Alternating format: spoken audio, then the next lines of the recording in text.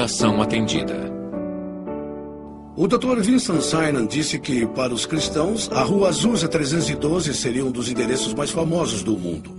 E o historiador Sidney Ostrom disse que Seymour exerceu mais influência sobre os cristãos americanos do que qualquer outro líder negro.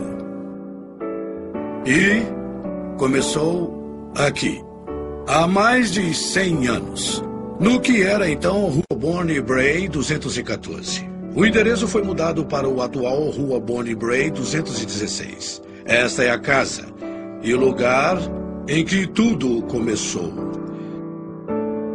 Como em Atos 2, versículo 4, eles falaram em línguas. Esta casa da Rua Bonnie Bray 216 é a última estrutura física que sobrou relacionada ao avivamento da Rua Azusa.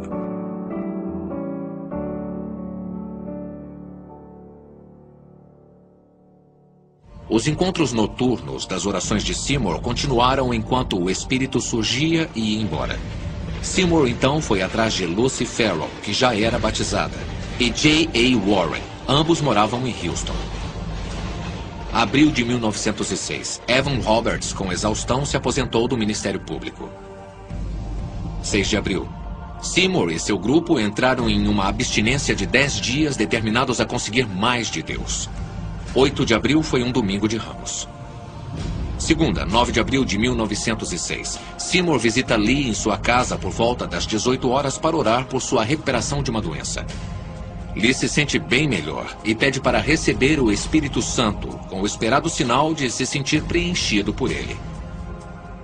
Em resposta à prece de Seymour, Lee começa a falar em línguas. Ambos ficam extasiados. Seymour e Lee vão até Bonnie Bray para o encontro. Seymour começa com um louvor e depois, como é lembrado, com uma prece da congregação e vários testemunhos. E todos eles foram preenchidos pelo Espírito Santo. Amém, Jesus, amém. E eles começaram a falar em línguas. Isso. Amém, Jesus. Ele começa um sermão que jamais seria esquecido, anunciando o texto de Atos 2:4. E todos ficaram cheios do Espírito Santo e começaram a falar noutras línguas, conforme o Espírito lhes concedia que falassem. Preencha o Pai! Amém, Jesus! Preencha o Pai! Lee levanta os braços, abre a boca e surpreende a todos falando em línguas.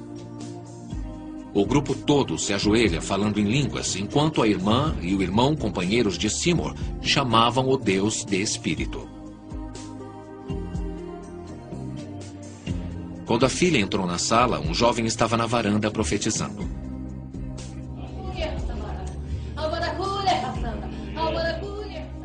Jeannie Evans Moore, que morava na casa da frente, começou a falar em línguas.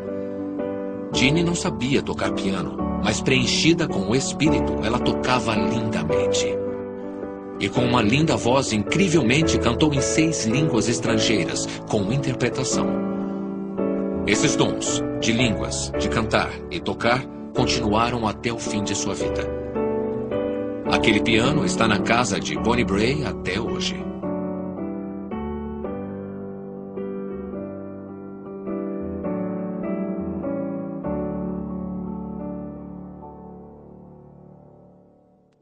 Há divergência sobre como e quem foi preenchido primeiro pelo Espírito naquela noite. Alguns registros dizem que Lucy Farrell, de Houston, orou e colocou as mãos nas pessoas. Outros dizem que o garoto foi o primeiro. Mas todos os registros concordam que aconteceu naquela noite. Segunda-feira, 9 de abril de 1906. Filmagem de 1992.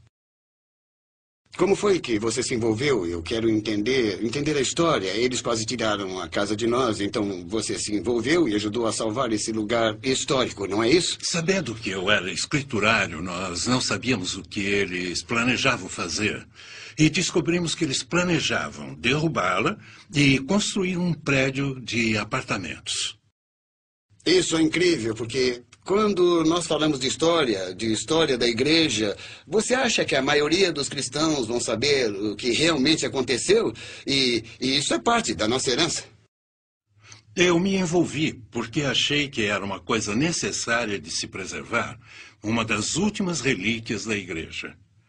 Essa é a última coisa física de que temos conhecimento do antigo avivamento de 1906. Art Glass interviu para impedir que a casa de Bonnie Bray, agora um museu, fosse demolida. É a única estrutura que sobrou do avivamento da Rua Azusa.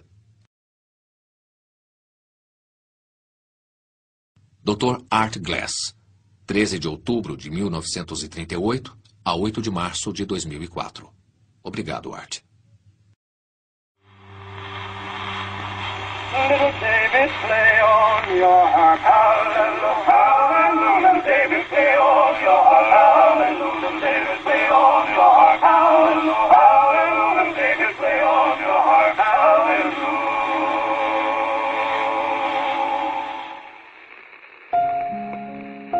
Legado esquecido.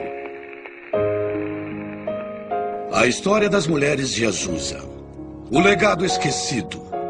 O ano era 1906, mais de 4 décadas antes de elas conseguirem o direito de votar. No entanto, na missão Azusa, essas mulheres participaram e dividiram responsabilidades. Elas eram iguais. Não porque era politicamente correto, mas porque elas foram levadas a ser assim. Um grupo de mulheres foi ajudado por Deus a se encaixar no avivamento de espírito e foram para o mundo. E para falar a verdade, essas mulheres ajudaram os futuros líderes a serem preenchidos e ensinados. Essas mulheres foram absolutamente essenciais para o avivamento e teria sido um avivamento completamente diferente sem elas. Alguém como Lucy Farrell, foi ela que contou a Seymour como ser preenchido. Foi ela que Charles Parham usou para colocar as mãos e tirar as doenças em Houston, Texas, onde as pessoas foram preenchidas. Foi ela que Seymour chamou e fez com que fosse a Bonnie Bray para que as pessoas fossem preenchidas. E como ninguém sabe seu nome, não pudemos encontrar uma foto dela. Lucy e algumas dessas grandes mulheres de Deus. Suas contribuições nunca foram honradas, seus nomes nunca foram citados, a história delas nunca foi contada. E temos que dizer por quê. A história foi escrita sem as mulheres, a maior parte dela foi escrita pelo homem. E em boa parte dessa história, as mulheres foram esquecidas. Muitos líderes no movimento pentecostal diriam se tivessem contado a história. Eu fui tocado por essa mulher, eu recebi o Espírito Santo pelas mãos dessa mulher. Você não pode ter o Azusa como ele aconteceu, sem o forte apoio das mulheres. Elas foram cruciais para o avivamento. Pelo sucesso, temos que olhar igualmente para homens e para mulheres. Sem o sacrifício delas, sem o apoio, sem o desejo delas de levar o evangelho, às vezes, para lugares que os homens não queriam ir, não veríamos o movimento que vemos hoje. Essas mulheres não oram apenas, elas esperam que Deus responda. Então, quando oravam, procuravam uma resposta específica de Deus. Se você realmente estudar o avivamento, verá que teria sido diferente sem as mulheres.